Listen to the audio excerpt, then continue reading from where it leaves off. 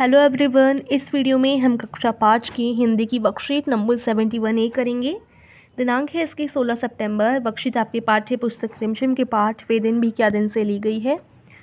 तो वे दिन भी क्या दिन थे, इस चैप्टर की लिंक मैं आपको डिस्क्रिप्शन में दे दूँगी। डिस्क्रिप्शन में जाकर आप इस चैप्टर को जो है पढ़ सकते हैं। और चैप्टर एनिमेटेड है तो आपको बहुत अच्छा लगेगा चैप्टर, और मज़ेदार भी है। ठीक है, तो ज़रूर देख लीजिएगा, लिंक इस चैप्टर की डिस्क्रिप्शन में है। नमस्ते प्यारे बच्चों, आशा करते हैं कि आप सभी स्वस्थ और खुश होंगे। बच्चों, उम्मीद है कि आपने पाठ वे दिन भी क्या दिन थे बहुत ही उत्साह के साथ पढ़ा होगा। चलिए बच्चों, पाठ की निम्नलिखित पंक्तियों को बोलकर पढ़ते हैं। रोहित कहता है, बच्चे एक विशेष भवन में पढ़ते थे जिसे स्कूल कहते थे। स्कूल में गुरुजी बच्चों को पढ़ाते थे। एक आयु के बच्चे एक साथ बैठते थे और एक समय में एक जैसी चीज़ें सीखते थे। कुम्मी ने भी पुस्तक पढ़ने की इच्छा जाहिर की। तो ये जो है पार्ट जो बताया गया है वो आगे फ्यूचर के बारे में बताया गया कि फ्यूचर में जो है स्कूल नहीं हुआ करेंगे, आप लोग जो है मशीन में पढ़ा करेंगे, मशीन में कॉपी डालकर। सो इस तरीके से इस पार्ट में बताया गया। अगर आपको जानना है कि कैसे कैसे होगा तो लिंक इसकी डिस्क्रिप्शन में है चैप्टर की, ज़रूर देख लीजिएगा।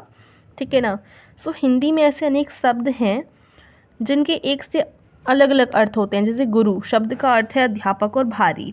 इन शब्दों को अनेकार्थी शब्द कहते हैं। ठीक है, अनेकार्थी शब्द यानी एक, जैसे गुरु शब्द का मतलब अध्यापक भी है और भारी भी है ना।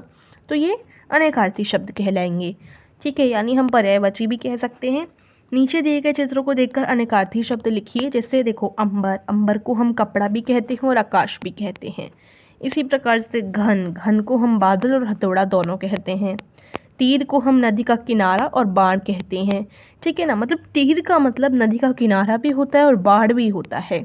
बाढ़ यानी जो धनुष होता है, मतलब ये वाला धनुष में जो बो लगाकर ऐसे इस तीर को मारते हैं। उसके बाद घन, घन का मतलब बादल भी होता है और हथौड़ा भी होता है। ठीक है, तो ये अनेकार्थी शब्द होते हैं। प्रश्न 2 है, नीचे दी गई संकेत पेटी में से अनेकार्थी शब्द छांटकर तालिका में लिखिए। तो संकेत पेटी है लय, रंग, चिट्ठी, झील, अक्षर, नया, पत्ता, नौ। तो यहाँ पर शब्द है ताल, इसका अनेकार्थी शब्द इस ऊपर वाले में से छांट कर लिखिए। इसका हो गया लय और झील। ठीक है, वर्ण का अनेकार्थी शब्द हो गया पत्ता और चिट्ठी। नव का हो गया नया और नौ। ठीक है, तो आशा करती हूँ ये देखो आपको दिख रहा होगा। इस प्रकार से ये आपके आंसर्स हो जाएंगे। आप लिख लेंगे, टेबल को अच्छे से भर लेंगे। तो वर्कशीट हमारी यहीं ख़त्म होती है। आशा करती हूँ आपको समझ आई होगी। वीडियो को लाइक कीजिएगा, चैनल को कीजिएगा सब्सक्राइब। Thank you.